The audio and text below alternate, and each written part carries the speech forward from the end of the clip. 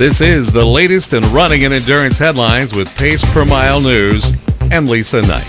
Haile Gebrselassie is a two-time Olympic champion and a four-time world champion, was previously the world record holder and has a previous best time of 2 hours, 3 minutes, and 59 seconds for the London Marathon. However, the Ethiopian, who will turn 41 the week after the race, has put his own ambitions on hold this year to be the lead pacemaker for the likes of Mo Farah, who will be making his marathon debut in the London event on April 13th. Organizers are hoping to bring the world record back to London and have high hopes that Farah will be the one to break it. The current record is held by Wilson Kipsang. His mark of 2 hours, 3 minutes, 23 seconds was set at the Berlin Marathon last September. The 10th anniversary of the Fargo Marathon is bringing big changes and a big increase in early registrations. As of last week, registrations for the May 10th race are running 20.5% ahead of what they were at this time last year. If that pace continues, registration for the marathon, half marathon, and 10K could cap out and close by the middle of April. The full marathon has seen the biggest increase, with 1,422 entered so far, an increase of 35%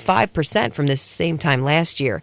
When Jen Pagani was diagnosed 6 years ago with stage 3 inflammatory breast cancer, an extremely aggressive and rare form of the disease, she fought it with the same grit and determination she channeled to compete in Ironman triathlons. Last year, she created a race to benefit her foundation, Go Jen Go, and raise money for people fighting breast cancer. The inaugural event included over 1,000 runners and raised more than $65,000. This year, the race will again be held on March 1st, but Pagani will not be there. She passed away on February 2nd at the age of 44. Her family and friends are carrying on her foundation's work in her memory. This year, the race will feature Jen's Garden, an area dedicated to honoring those who are no longer here. And it's your last day to register for the 7th annual 26.2 with Donna. Former First Coast News anchor Donna Deegan's mission is to produce world-class events to raise funds for groundbreaking breast cancer research and empower women living with breast cancer. The race events kick off Friday with a 5K, marathon, half marathon, and relay that spans across the greater Jacksonville area, and wrap up Sunday with the Ultra Marathon. This year's event is expected to draw 12,000 runners from all 50 states and more than 20 countries, and is the only race where 100% of the proceeds and raised funds go to breast cancer research. You can sign up to compete at breastcancermarathon.com. That's a look at Pace Per Mile News on this Tuesday, February 18th. I'm Lisa Knight. Have a great day.